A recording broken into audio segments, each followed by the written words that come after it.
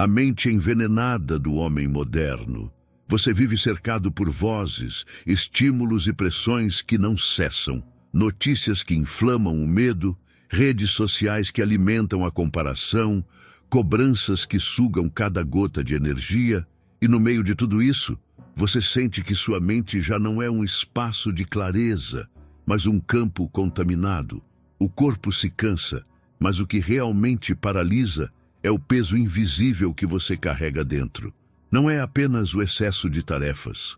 É o veneno mental que se infiltra nas pequenas aberturas, minando sua força sem que você perceba. Esse veneno não é algo que os outros colocam em você à força. Ele entra porque você o permite, porque não percebe que o copo da sua mente está sendo contaminado aos poucos. Basta uma gota de veneno em um copo de água cristalina para torná-la imprópria. E assim funciona sua mente. Você pode ter clareza, pode ter força, mas basta permitir que um único pensamento tóxico permaneça, que ele se espalha até transformar tudo em sombra. O homem moderno acredita que está cansado pelo excesso de responsabilidades, mas a verdade é mais profunda. Ele não está cansado do mundo, está intoxicado pela forma como reage a ele.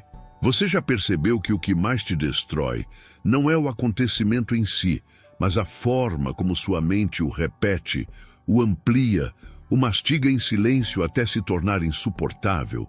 É assim que o veneno age. Não precisa ser grande, basta ser constante. A mente intoxicada se torna um inimigo íntimo. Você se distrai com facilidade, se irrita sem motivo, sente medo antes mesmo de agir. Cada gota de veneno, a crítica recebida, a comparação feita, a expectativa não cumprida, vai enchendo o recipiente. E quando ele transborda, você acredita que perdeu o controle da própria vida. Mas não é a vida que saiu do controle. É a sua mente que não foi treinada para lidar com o veneno inevitável do mundo. O estoicismo surge, então, não como uma filosofia distante, mas como um antídoto necessário. Ele não promete eliminar o caos do mundo. O que ele oferece é uma mente limpa, capaz de ver além do barulho e da sujeira.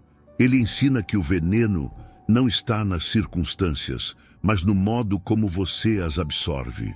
E que a desintoxicação não começa fora, mas dentro. Você precisa aprender a reconhecer o veneno, diferenciar o que é seu do que pertence ao mundo, identificar os pensamentos que fortalecem e os que apenas drenam sua energia. Essa é a guerra silenciosa que poucos homens lutam. Não contra inimigos externos, mas contra a contaminação invisível da própria mente. E enquanto você não aprender a travá-la, continuará vivendo como um castelo vulnerável, pronto para desmoronar ao menor impacto. Mas há um caminho diferente. Um caminho em que você se torna o guardião da sua própria mente, em que você escolhe o que entra e o que não entra, em que você entende que o poder está em filtrar, em não permitir que a primeira gota de veneno destrua a pureza da sua clareza interior. Quando você entende isso, descobre que não precisa lutar contra o mundo inteiro. Precisa apenas aprender a limpar a fonte dentro de si. O primeiro veneno, o que você não controla. Quantas vezes você gastou noites inteiras pensando no que os outros pensam de você? Quantas vezes deixou de dormir porque sua mente estava ocupada em criar cenários que jamais aconteceram? É esse o primeiro veneno que corrói a sua força, tentar controlar o incontrolável. O homem moderno desperdiça uma quantidade imensa de energia tentando moldar opiniões, resultados e circunstâncias que nunca estiveram em suas mãos. E quanto mais ele luta contra isso, mais frágil se torna. O estoicismo aponta com clareza. Existe uma linha que separa o que é seu do que pertence ao mundo. De um lado estão suas escolhas, suas ações, seu caráter. Do outro, tudo aquilo que nunca esteve sob o seu domínio, o que os outros dizem, fazem ou sentem. Os eventos imprevisíveis, os resultados que não dependem exclusivamente de você. O veneno surge quando você atravessa essa linha e tenta controlar o que nunca poderá segurar.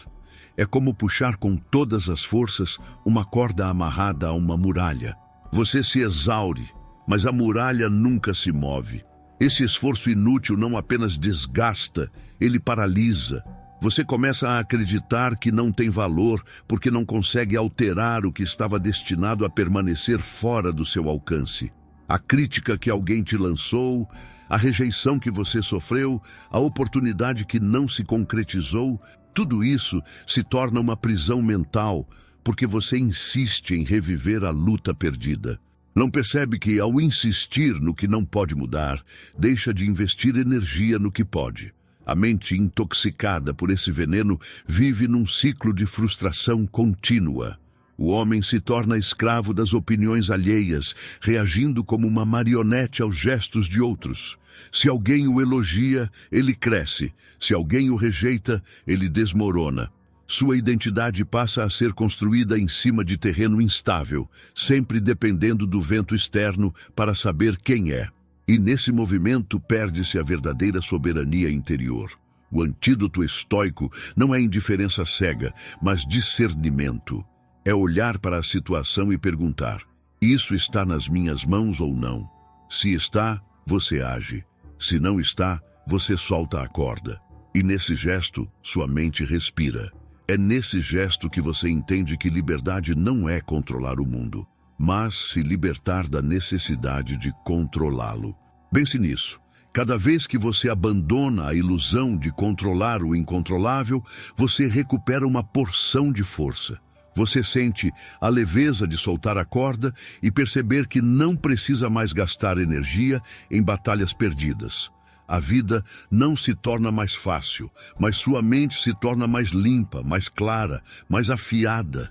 E quando você experimenta essa clareza, percebe que toda a sua energia, antes desperdiçada em muros intransponíveis, pode ser redirecionada para aquilo que realmente molda seu destino. Suas escolhas diárias, seus hábitos, seu caráter. É ali que a batalha verdadeira acontece. É ali que a mente encontra o seu espaço de vitória. O segundo veneno, a escravidão das paixões. Existem correntes mais fortes do que as de ferro, e muitas delas estão dentro de você. São as paixões cegas, raiva, carência, euforia e tristeza, que sequestram sua clareza e o mantêm refém de impulsos que não servem ao seu crescimento. O homem que não domina suas paixões se torna escravo de seus próprios impulsos, sempre reagindo em vez de decidir. O estoicismo chama essas paixões de tempestades da alma. Elas chegam de forma repentina, intensas como ondas que se levantam no meio do mar. Se você está no leme de um navio, não pode impedir que as ondas venham, mas pode escolher se larga o leme em desespero ou se o segura com firmeza. O que muitos fazem é entregar o comando justamente no momento em que mais precisariam de firmeza. E o preço disso é alto. Decisões impensadas, palavras que ferem, relacionamentos destruídos, caminhos abandonados. A mente intoxicada pela escravidão das paixões não consegue distinguir entre emoção e razão. Confunde desejo com necessidade, raiva com justiça, tristeza com verdade. O problema não é sentir, o problema é ser dominado pelo que se sente. O homem dominado pelas paixões é como um escravo que acredita ser livre, quando na verdade dança ao ritmo das correntes que o prendem. Psicologicamente, cada vez que você cede, sem reflexão, reforça no cérebro um padrão de submissão. É como cavar um sulco cada vez mais fundo. A emoção surge, você reage, e essa reação se torna cada vez mais automática. Até que um dia você já não reage. Você apenas obedece, e aí a paixão se transforma em tirania. O caminho estoico é outro. Não se trata de matar a emoção, mas de aprender a observá-la sem ser arrastado por ela. É o exercício da presença. Sentir a raiva sem se tornar a raiva. Sentir a tristeza sem afundar na tristeza. Sentir o desejo sem ser consumido pelo desejo. Quando você se coloca como observador da sua própria emoção, você recupera o leme. O mar continua agitado, mas o capitão não perde o controle. E é nesse ponto que a verdadeira liberdade nasce. Liberdade não é viver sem emoções, mas não ser escravo delas. É estar no centro do furacão e ainda assim manter a direção. O homem que alcança esse estado não é frio, mas consciente. Ele sente intensamente, mas decide racionalmente. Ele não é levado pela tempestade, porque aprendeu a manter o leme firme, custe o que custar. Quando você quebra essas correntes internas, descobre uma força que não depende do acaso. Descobre que, mesmo diante das provocações mais intensas, existe em você um núcleo que não se abala. E esse núcleo se fortalece cada vez que você resiste ao impulso e escolhe a razão. O terceiro veneno, o excesso de desejos. Não há prisão mais sutil do que aquela construída pelo excesso de desejos.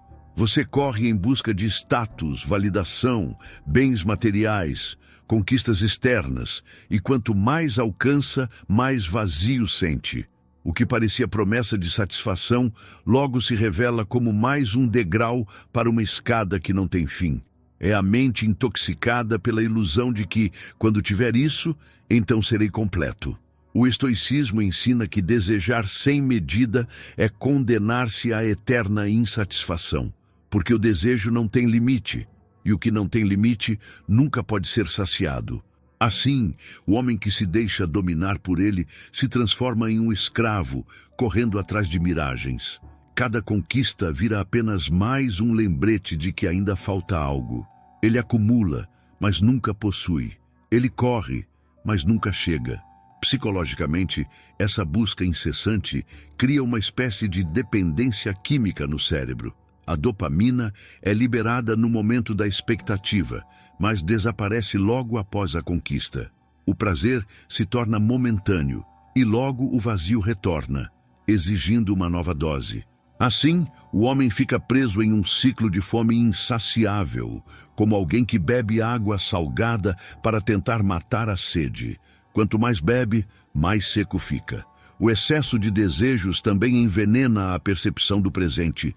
Quem está obcecado pelo que ainda falta não consegue enxergar o que já possui. Vive em comparação constante com os outros, acreditando que sempre há alguém mais rico, mais forte, mais reconhecido. E nessa corrida invisível, perde a paz, perde a clareza e perde a própria identidade. O antídoto, segundo os estoicos, não é eliminar todos os desejos, mas reduzir sua tirania. É aprender a desejar menos, a simplificar, a cortar o excesso. Quando você abandona a mochila cheia de pedras que carregava, percebe que já tinha força para correr. A abundância não está em ter cada vez mais, mas em precisar cada vez menos. O homem que vence esse veneno descobre uma liberdade rara. Descobre que a vida não precisa ser uma corrida interminável, mas pode ser um caminhar firme, lúcido e consciente. Descobre que pode trabalhar, conquistar e construir sem ser escravizado por isso. Ele aprende que riqueza real é dominar seus desejos, não ser dominado por eles. O quarto veneno, a comparação constante. Poucas coisas intoxicam tanto a mente quanto a comparação incessante. Você mede sua vida pela régua de outros homens. Observa suas vitórias, seus bens, seus relacionamentos e sente que sempre está atrás. Essa dinâmica silenciosa destrói não apenas a confiança, mas a própria percepção de valor. É como se cada conquista sua fosse diminuída porque não alcançou a grandeza exibida pelo vizinho ou pelo desconhecido na tela do celular. A comparação constante é um veneno que transforma amigos em rivais, conquistas em frustrações e a própria vida em um eterno tribunal. O que poderia ser celebração vira cobrança. O que poderia ser aprendizado vira inveja. E a cada novo julgamento, você se sente menor, mais insuficiente, mais distante daquilo que acredita que deveria ser. Os estoicos apontam que a verdadeira medida de grandeza não está em status, bens ou títulos, mas na virtude, porque tudo o que é externo pode ser retirado. Riquezas se perdem, cargos acabam, a beleza se desfaz. Mas o caráter, a coragem, a integridade, ninguém pode roubar. É por isso que um escravo como Epicteto podia se considerar mais livre que muitos imperadores, porque dominava a si mesmo e não vivia acorrentado às sombras da comparação. Do ponto de vista psicológico, a comparação destrói a autoestima porque coloca o foco sempre fora de você. É um mecanismo de atenção seletiva que ignora seus progressos e exagera as virtudes alheias. Você não vê as batalhas secretas que o outro enfrenta, apenas os resultados visíveis. E ao medir-se por essa ilusão, condena-se a sentir-se sempre em desvantagem. Quando você solta esse veneno, algo muda profundamente. Você para de correr atrás das sombras e começa a andar sob a sua própria luz. Entende que cada caminho é único, que a sua luta é só sua e que o único verdadeiro adversário é o homem que você era ontem. A partir daí, cada passo, por menor que pareça, passa a ser vitória. A comparação perde o poder quando você entende que sua vida não precisa seguir o ritmo ou o padrão de ninguém. Quando você passa a buscar virtude, disciplina, clareza e domínio de si, percebe que já tem grandeza e que ninguém pode competir com isso. O quarto veneno, a comparação constante. O peso da procrastinação é quase invisível no início, mas se acumula como uma corrente que se enrola ao redor de suas pernas. Você promete a si mesmo que vai começar amanhã, que precisa apenas de mais tempo, que logo terá a energia certa para agir. Mas esse amanhã nunca chega. E enquanto você adia, os sonhos se tornam mais distantes, as oportunidades se dissolvem e o fardo da culpa cresce dentro do peito. A procrastinação é uma forma sofisticada de auto-engano. Você se convence de que está apenas esperando o momento ideal, quando na verdade está escolhendo o conforto imediato em troca do sofrimento futuro. Essa é a lógica cruel. Cada vez que você empurra uma tarefa para frente, alivia a ansiedade por alguns minutos, mas condena-se a uma angústia prolongada que se repete em ciclo. Do ponto de vista psicológico, procrastinar é escolher o prazer rápido de não fazer nada, em vez da dor inicial da ação. O cérebro busca economizar energia e proteger-se do desconforto, mas essa proteção é ilusória. Porque o problema não desaparece, apenas cresce. É como deixar um incêndio queimando, acreditando que as chamas se apagarão sozinhas. O resultado é sempre mais destruição. No estoicismo, a procrastinação é vista como a traição silenciosa contra si mesmo. Marco Aurélio escreveu: "Você não viveu ontem, nem pode viver amanhã. Só tem este dia, só tem este momento. Cada vez que você adia, entrega sua vida ao tempo que não controla. A disciplina, pelo contrário, devolve a posse da sua própria existência. Quando você encara de frente aquilo que vem evitando, descobre que a dor não era tão insuportável assim. O medo era maior que o fato. E cada ação concluída, cada pequena vitória contra a inércia, fortalece sua mente, sua confiança e sua clareza. Porque, no fundo, não é a tarefa que pesa, é o ato de fugir dela que consome a alma. A mente intoxicada pela procrastinação se torna um depósito de culpas. Já a mente que age, mesmo sem perfeição, experimenta a leveza da liberdade. A diferença é brutal. Ou você se acostuma a carregar fantasmas de coisas inacabadas, ou você se acostuma a colher a paz de cada passo dado. O antídoto: práticas diárias estoicas. Não é suficiente reconhecer os venenos que contaminam sua mente. A consciência por si só não purifica. Ela apenas revela a sujeira. O que realmente transforma é o hábito diário, a disciplina silenciosa que fortalece a mente pouco a pouco. É aqui que o estoicismo se mostra não como uma teoria distante, mas como um arsenal de práticas concretas que você pode usar todos os dias para se tornar mais forte do que o caos ao redor. O primeiro antídoto é o diário. Escrever não é apenas registrar, mas confrontar-se consigo mesmo. Ao colocar no papel seus pensamentos, você os tira da escuridão do inconsciente e os ilumina com a razão. Cada linha escrita é como um filtro que separa o que é essencial do que é ruído. Sêneca dizia que ninguém se torna sábio por acaso. A reflexão é o que dá forma à experiência. O diário é a academia da mente, onde você treina clareza e disciplina. O segundo antídoto é a meditação da manhã.